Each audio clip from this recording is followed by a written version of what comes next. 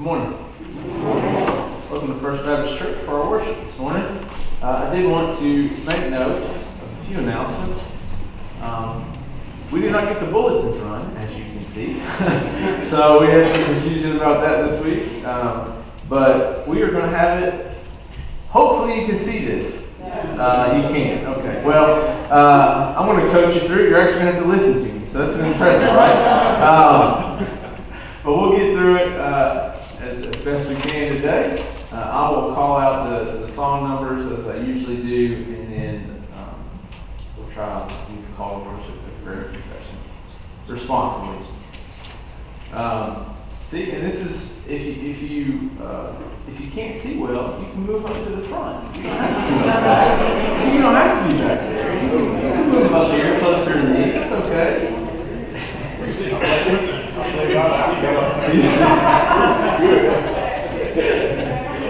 I might sit up there on the stage. Sit up on the stage. Well, I do want to make note of a few announcements. Wednesday night, we're going to the Greensboro Grasshoppers game. We're leaving at 5:30. Feel free to come if you weren't able to sign up. We're trying to get a count to see if we were going to have enough, and we have plenty. So please come on out for that. We need $10 for the ticket and then food at the game. So come on out for that.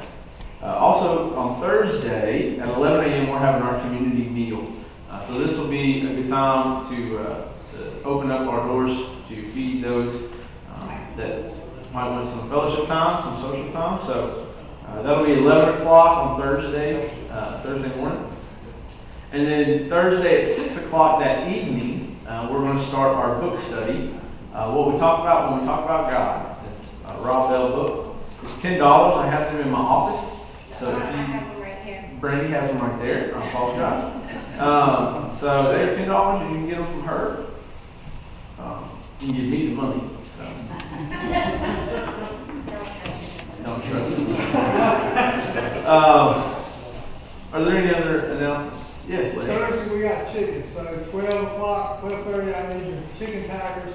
Also this Saturday I need some youth to help me early, about 7 o'clock in the morning. We've got our new computer, we just need to get the new statistics in. So maybe we have, this week we don't have, but the next week we'll have food pantry ourselves. So okay. We need at least 2 or 3 weeks to get ahead on entering our computer stuff. So I can have 5 or 6 people at 7 o'clock. This Saturday. This Saturday.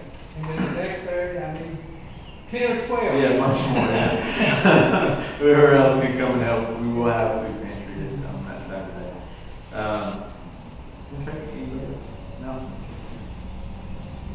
Okay. Let's move into our congregational concerns and Thanksgivings. Got a lot going on this past week and this coming week with some people having procedures and being in and out of the hospital. I wanted to let you know, Paul and Thelma were able to come home. We're able to come home Tuesday very late. Thelma is scheduled to have a knee replacement on August 6th. So she has some tests to get ready for that. So they're going through a lot. So definitely be in prayer for them as they're going through that. Jane Covington is doing better.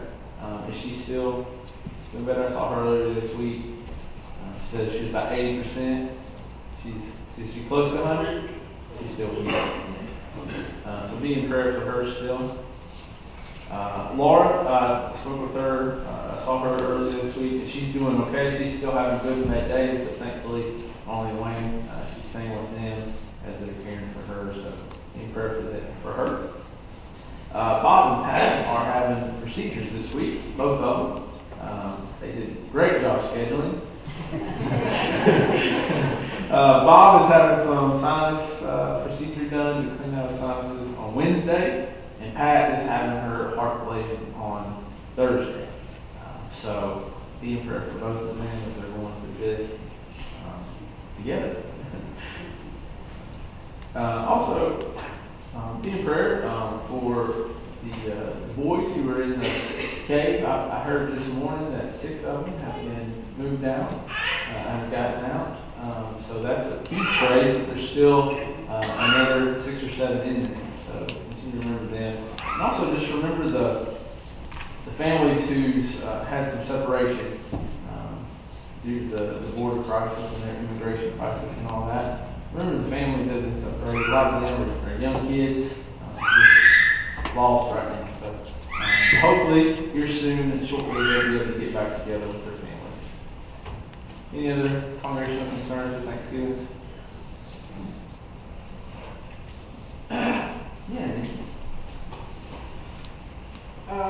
I'm thankful for our Sunday school class, that there's a lot of folks that are just pretty frail, but they make a point to come to Sunday school and to worship when they can get to worship.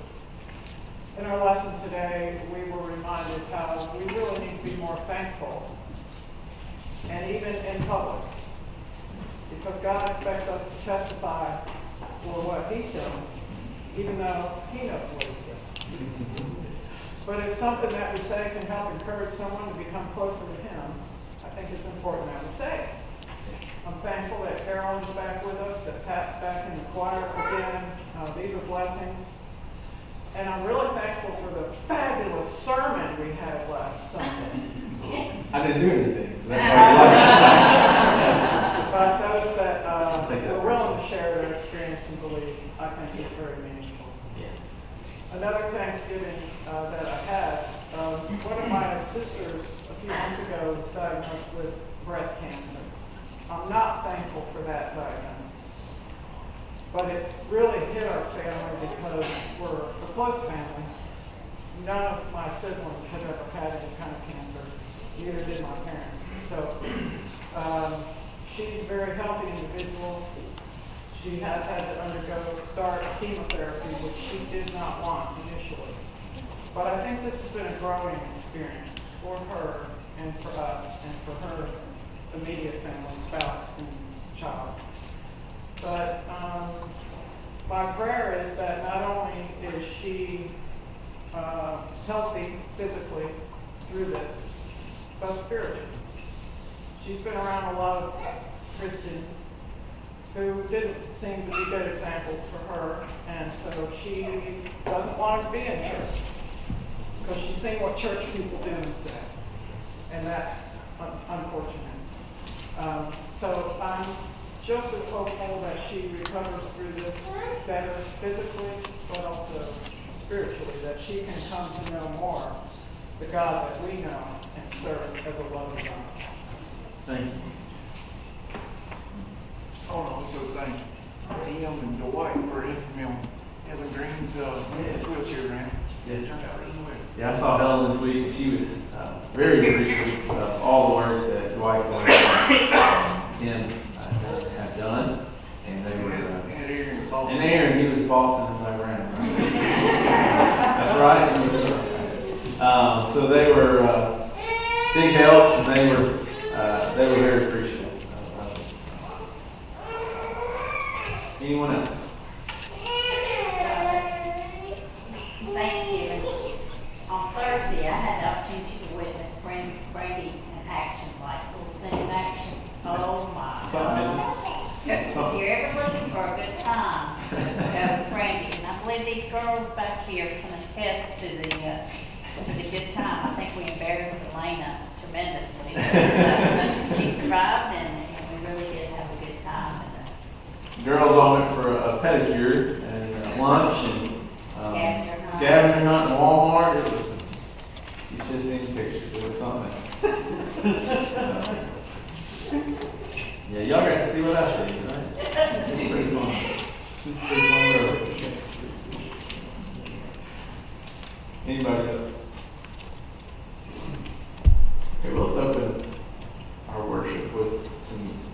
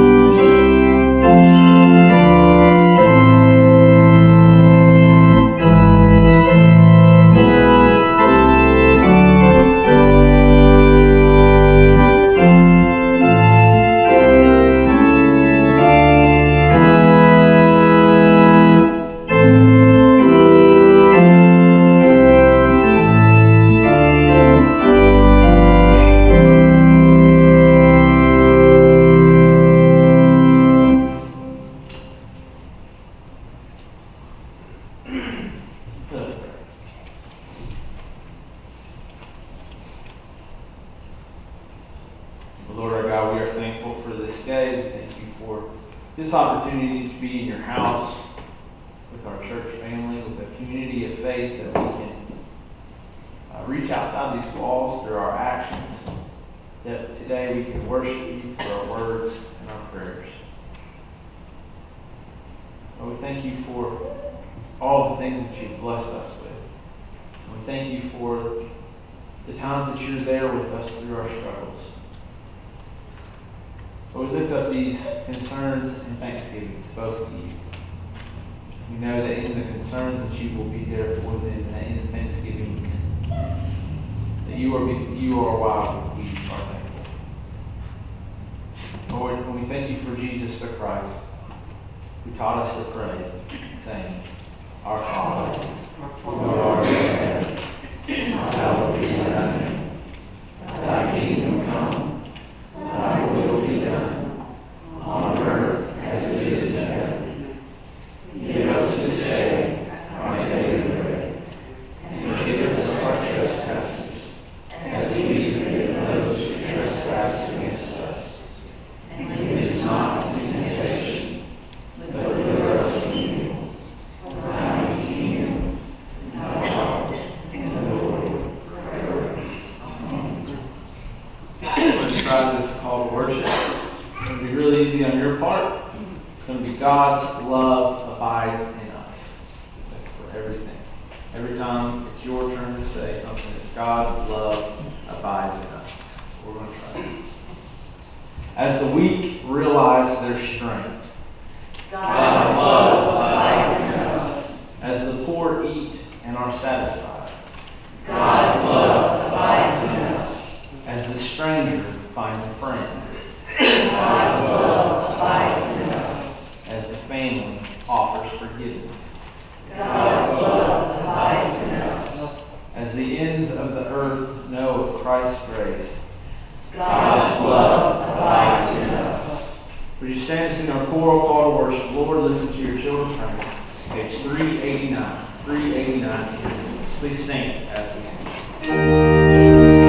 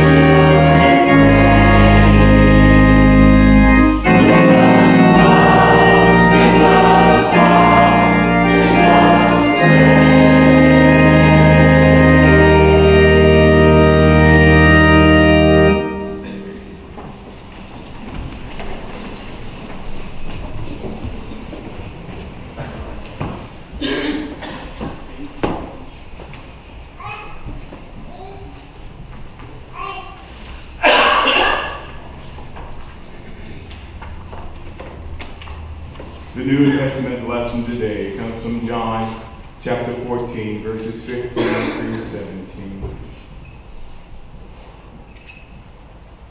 If you love me, you will keep my commandments, and I will ask the Father, and he will give you another advocate to be with you forever. This is the Spirit of truth, whom the world cannot receive, because it neither sees him nor knows him. You know him, because he abides with you and will be in you.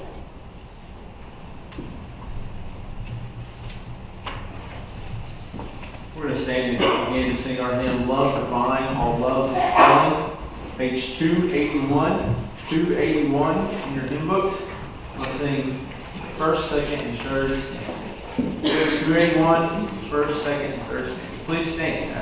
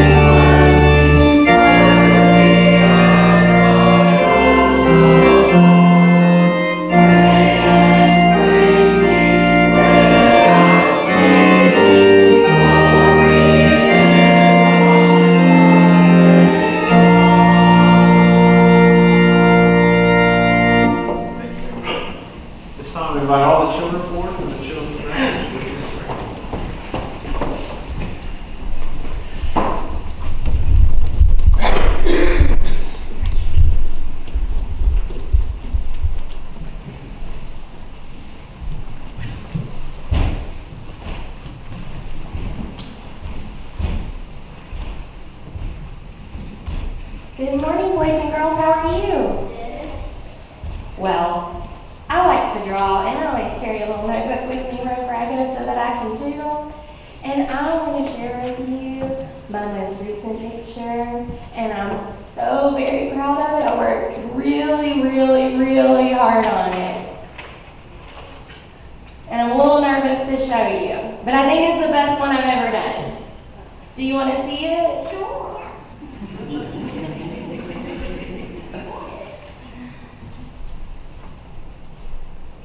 Okay. Are you ready? I think it's so good.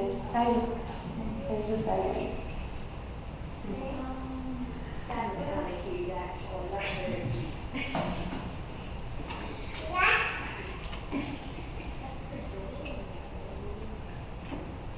Adorable and cute are not the words that I would use to describe this beautiful work of art. I mean, this is a one-of-a-kind, amazing family portrait.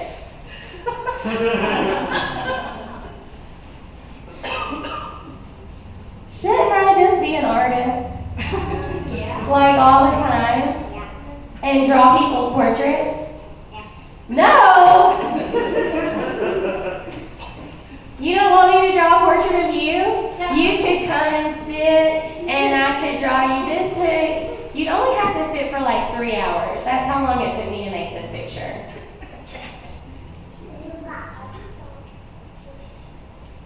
What? You can draw a picture like this?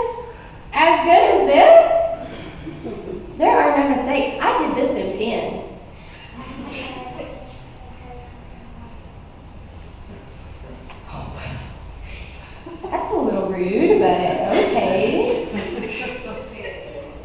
Jack, thank you for your encouragement. Do you really think it's the best one I've ever done? You've seen a lot of my drawings. Isn't it just amazing? It's not the best? It's cute. My people are cute. Why are you laughing? Do you not agree with Jack? Okay, critique my picture. Tell me what you think about it. You're not going to tell me? I need to draw look.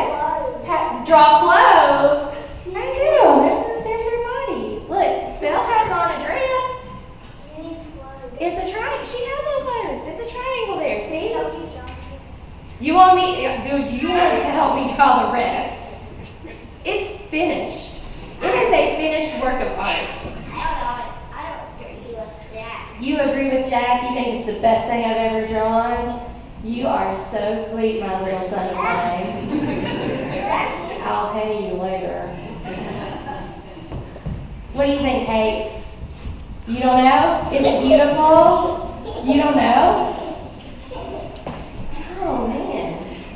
You're a tough critic. Did you know that? Well, it is very cute. The people are very cute. That's what I used to draw when I was like 4.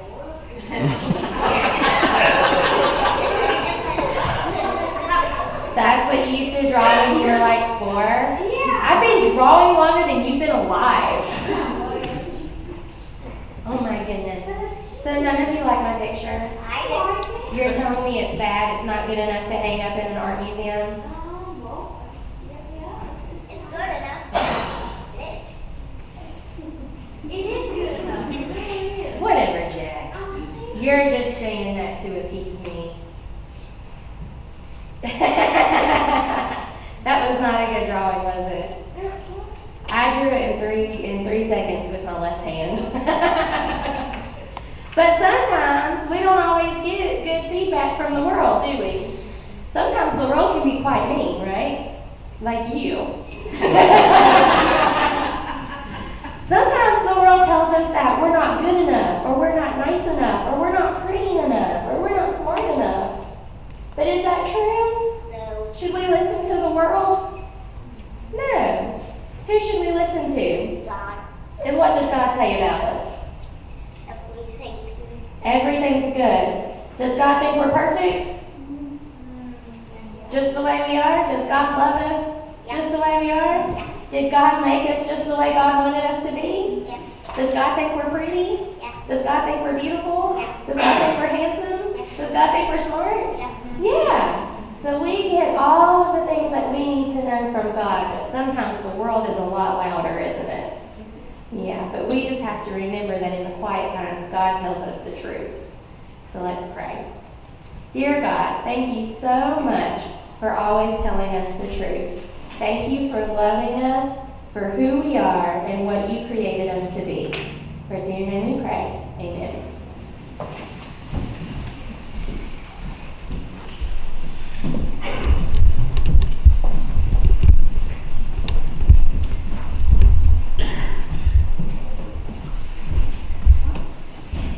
We're going to try this to read responsibly our prayer of confession up on the screen.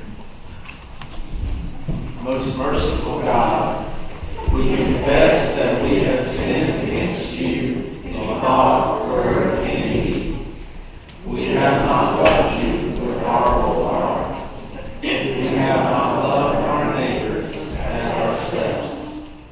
We pray you, in your mercy, forgive what we have been, amend what we are, direct what we shall be, that we may delight in your will and walk in your ways, giving thanks in all circumstances, through Jesus Christ our Lord. Amen. Hear the good news. In the name of Jesus, you are forgiven. In the name of Jesus, you are forgiven. Let's pray.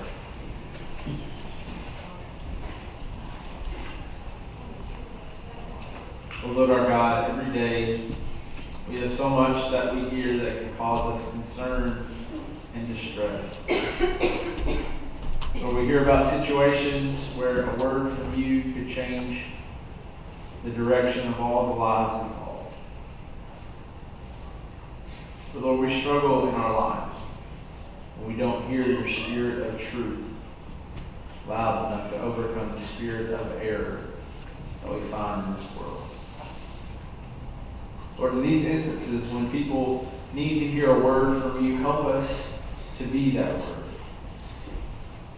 Help us to be your love and your grace incarnate. Help us to be the spirit of truth in this world that can shine your light in the midst of darkness. Lord, help us to know when troubles are mounting and hope is all but lost, that you are bigger than anything. That you have overcome this world and are with us to do the same.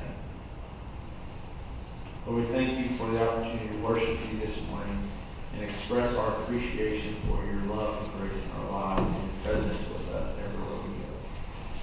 For it's in Jesus Christ's name we pray. Amen. You stand again as we sing our offertory again. Because I have been given much. Page 665 in your hymn book. 665. Because I have been given much. Please stand as we sing.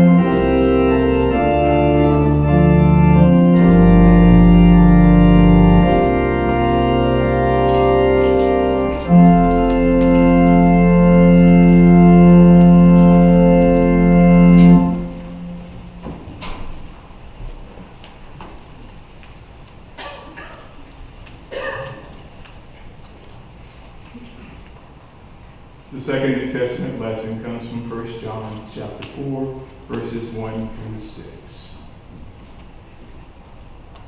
Beloved, do not believe every spirit, but test the spirits to see whether they are from God. For many false prophets have gone out into the world. But this ye know, the Spirit of God. Every spirit that confesses that Jesus Christ has come in the flesh is from God. And every spirit that does not confess Jesus is not from God. And this is the spirit of the Antichrist, of which you have heard that is coming, and now is already in the world. Little children, you are from God, and have conquered them. For the one who is in you is greater than the one who is in the world. They are from the world. Therefore, what they say is from the world, and the world listens to them. We are from God. Whoever knows God listens to us, and whoever is not from God does not listen to us. From this we know the spirit of truth and the spirit of error.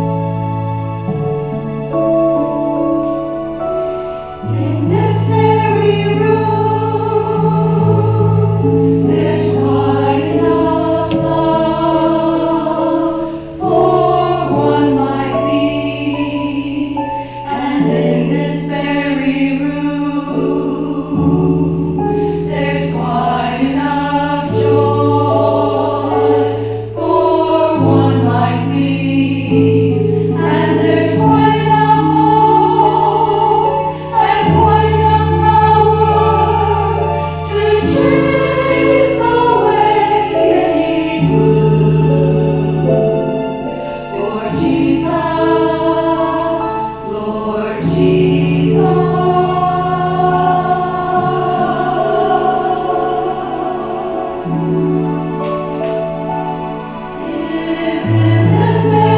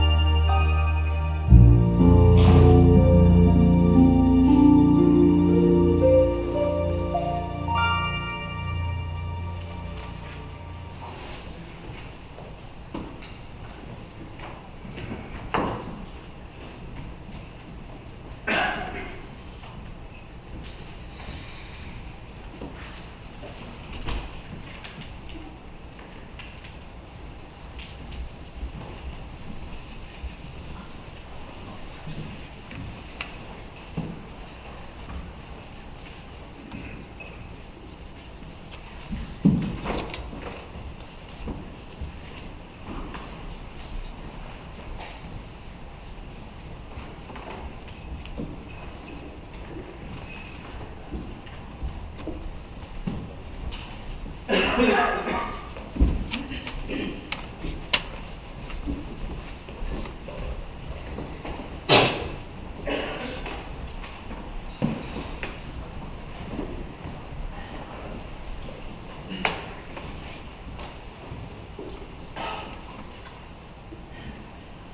few years ago, there was a humorous picture that went around the internet with this alleged quote from Abraham Lincoln that said, "Don't believe everything you read on the internet."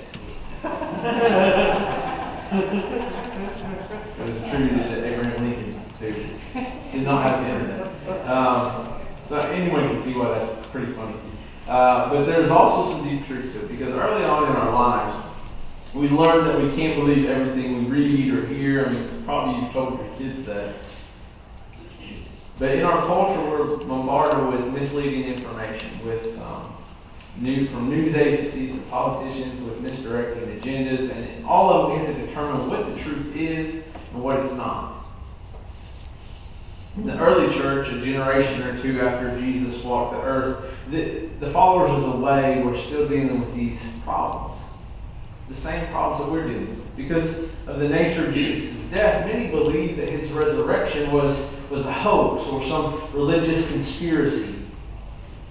And out of that misinformation, there was this group that came about called the Gnostics. Now, these were people that were a little out there in their thought and beliefs. They thought anything related to the flesh or physical nature of humanity, it was sinful. Anything flesh was sinful. Anything holy and divine was more spiritual or essentially ghost-like in nature even. That was divine. The Gnostics had this working theory that the more holy or divine a person became here on earth, the less human or fleshly they became. It's kind of out there. And so when it came to Jesus, they understood him as the Son of God. But they understood him as more spirit than flesh. They thought he was more of an apparition or a ghost. And this is what they would tell people. I mean, many of the stories that they passed around the early church was just explaining that Jesus was this ghost-like figure. That he wasn't actually on earth. He didn't bleed. He didn't get hungry. He didn't sleep. None of this was true. People only perceived him as being human. This is what the Gospel of John, the letters of John, are dealing with. Because the books were written by a community of people that followed the beloved disciple John's teachings about Jesus. And see, these were some of the latest books written that we have in our Bible. They were about 60 years after Jesus was crucified. So this is a couple generations on down the line from when Jesus was around. So rumors had spread and flourished across much of the area. And so this community that was writing our passage today was intent on encouraging, correcting, showing and supporting these churches that were being misled by these Gnostic people.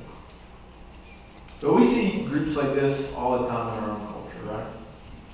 We see groups who promote violence towards women. We see groups who speak hate towards different religious groups. We see groups that are prejudiced toward other races in the gay and lesbian communities. All these groups profess themselves to be Christians. They take on the name of Jesus Christ, and in the midst of their violence and their hate and their prejudice, they slander Jesus' name. I mean, there's a need in our lives as Christ followers to listen for the spirit of truth. Because it will lead us to speak up for those the spirit of error speaks against. When I was a youth minister at my last church, I had a number of my kids that would ask to go on a youth group cruise as a mission trip. At first I thought they were joking, but then they continued to ask for this cruise, and I finally asked them, where's the mission part of this trip? Where are we going to show God's love to people? How are we going to get pulled out of our comfort zones to see God working in another place. And the majority of them, they kind of got the picture. They got it. But then there were a few that said we could pass out tracts at each port that we stopped at before we went shopping. Nope. This is when I knew I wasn't a good youth minister anymore. But the spirit of error, it has made its way into these kids' lives. And I have not done a good enough job, obviously, of speaking the spirit of truth. The spirit of error has won. When I was growing up, I would sit with my grandparents in church, always a couple rows on this side with my grandparents of our home church. My pappy, he was an usher. That's what he did every Sunday. And he was a favorite in our congregation because he carried Werther's Original candies. That was always the kids, our favorite. We would always get one from him. But he was someone that came to Jesus late in his life. He was in his 60s. I would later hear that after what he saw in World War II, he didn't think that there was a God worth much anything. That's what I would hear. And at one point in his military service, he was driving some higher up officer around. And then they came unknowingly into a minefield. The Jeep hit a mine and flipped it over, pinning my pappy underneath. Every time an explosion would occur, he said he thought it was the end for him.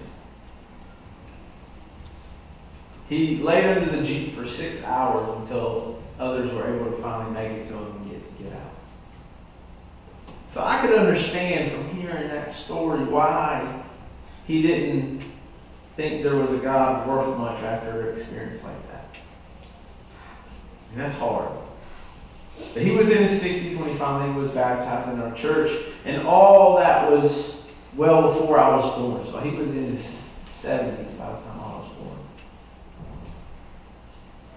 So the only pappy that I knew was the pappy who had accepted Jesus already as his Lord and Savior. But he was the one who loved on me, who taught me to throw a baseball and how to fish, and he was the one who passed out candies to the kids in the church. And at one point in my home church's history, we had an interim pastor come in who was very abrupt and ugly towards my grandparents. And while the pastor was there, he looked at the tithes that everyone gave. He would look at the books. And he thought my grandparents weren't giving enough, so he confronted them about it. It was the only time in my life that I can remember my pappy refusing to go to church. The spirit of error had won in that situation. But luckily, it was only for a short time.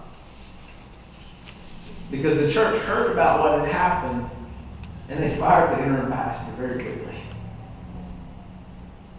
Spirit of truth that says it doesn't matter how much you give, but from what kind of heart you give, had won. My pappy came back, he took up his ushering duties, and he attended faithfully until he passed away. The spirit of truth had won. At the beginning of this last school year, Joel started kindergarten. And now, as many of you know, he's a pretty great kid. And at the beginning of the year, though, he was kind of struggling a little bit. I mean, there's new teachers, new kids, new schedule, new coursework. It was all a lot to get used to. Obviously, that transition is difficult. At one point, after I picked him up, I asked him how he liked school, and he said he didn't like it. And I said, why? Because someone told him he was fat.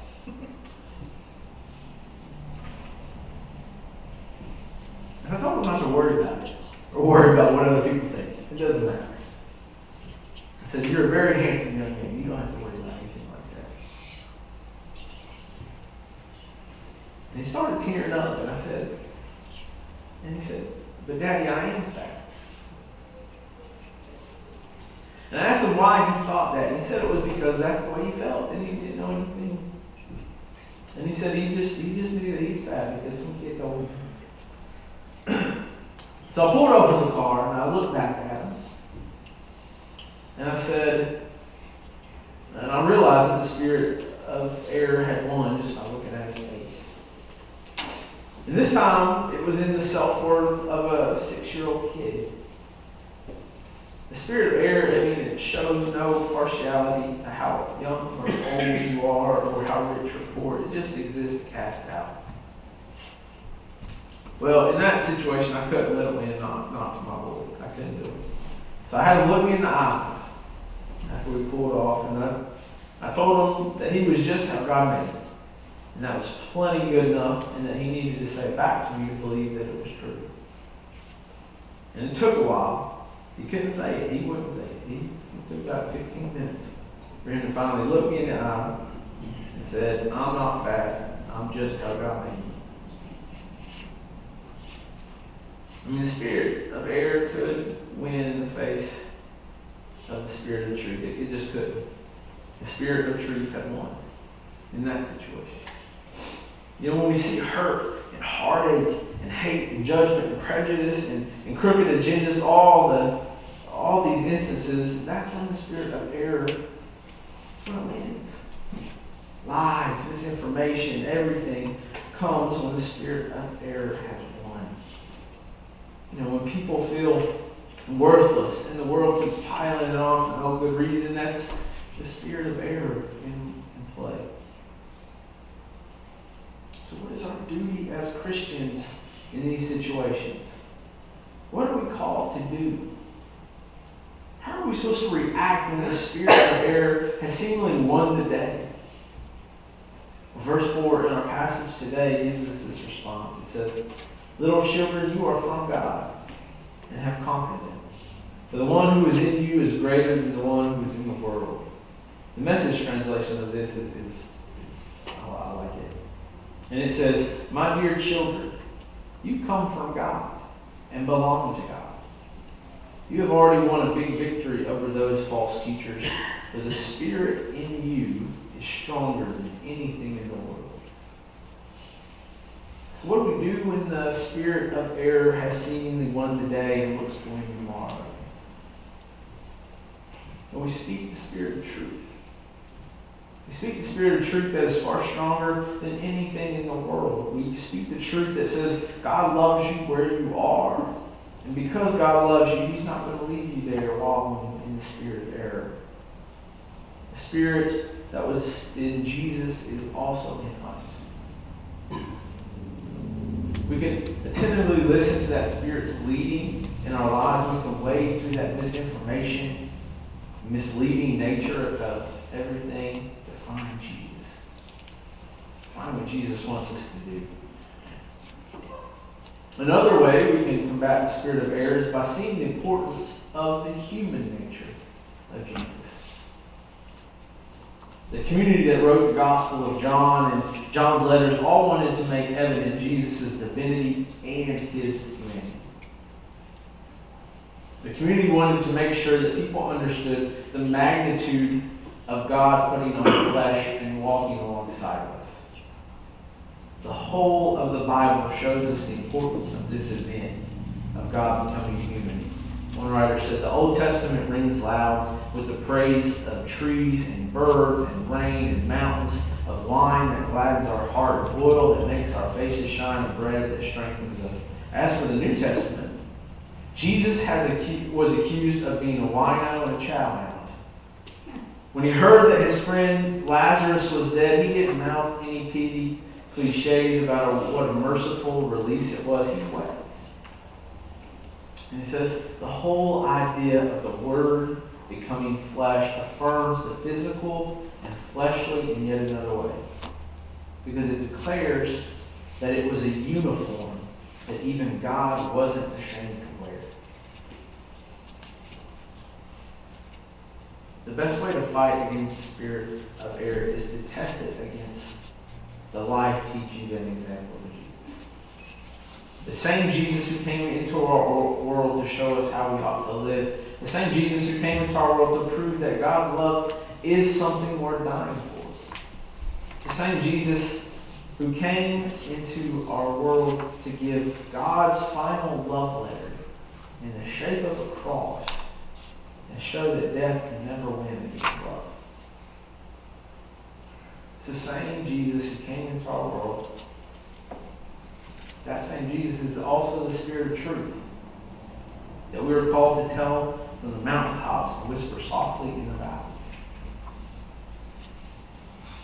There's a new movie that's going to be coming out soon that chronicles the life of Mr. Rogers. It's based on a book that a journalist had with Mr. Rogers. They spent some time with. And one of the stories in that book was about Mr. Rogers visiting with a young boy with cerebral palsy. The story goes that at first the boy was made very nervous by the thought that Mr. Rogers was visiting. He was so nervous, in fact, that he got mad. He began hating and biting himself. His mother had to just take him to another room and talk to him and calm him down. Mr. Rogers, he didn't leave though. He stayed. And he waited patiently. And when the boy came back, Mr. Rogers talked to him, and then he made his request. He said, "I would like you to do something for me. Would you do something for me?" And on his computer, the boy answered, "Yes, of course. He would do anything for Mr. Rogers." So then Mr. Rogers said, "I would like you to pray for me. Would you pray for me?" So now the boy didn't know how to respond. He was shocked because nobody had ever asked him for something like that. The boy had always been prayed for. The boy had always been the object of the prayer, and now he was being asked to pray for Mr. Rogers. And although at first he didn't know if he could do it, he said he would.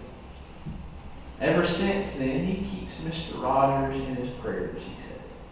And he doesn't talk about wanting to die anymore. Because he figures Mr. Rogers is close to God. And if Mr. Rogers likes him, that must mean God likes him too. And as for Mr. Rogers, he didn't look at the story the same way the boy did. In fact, when Mr. Rogers first told the story, he was complimented for being smart, for knowing that asking the boy for his prayers would make the boy feel better about himself. And Mr. Rogers responded to that first with puzzlement and no surprise. He said, "Oh, heavens, no. I didn't ask him for his prayers for him. I asked for me. I asked him because I think that anyone who's gone through challenges like that must be very close to God." The spirit of error is all around us. We see it in our lives, in the lives of our family and friends. We see it on the news. We hear about it around town. It gives us challenges to overcome. But overcome we can. We can overcome them with the spirit of truth that we find in Jesus the Christ. He taught us from the cross that our God is bigger than anything we can know or ever imagine. Maybe today you'd like to join this church through baptism or transfer letter. Maybe you'd like to give your life to Christ. Maybe you'd like me to pray for you. Whatever it is, I'll be down front as we sing our closing hymn, Spirit of the Living God. Spirit of the Living God. 234. 234 in your hymn. Please stand as we sing.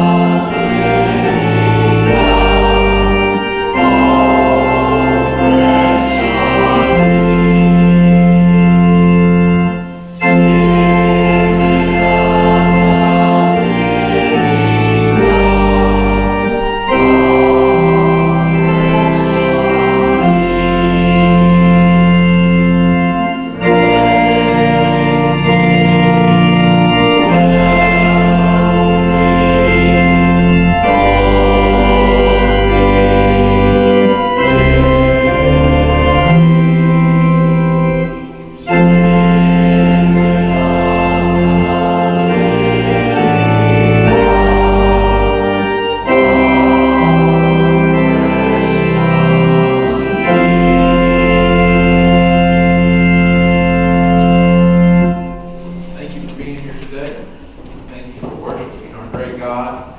If you need a book for the book study this week, see bring it on. I'm here now, Lord.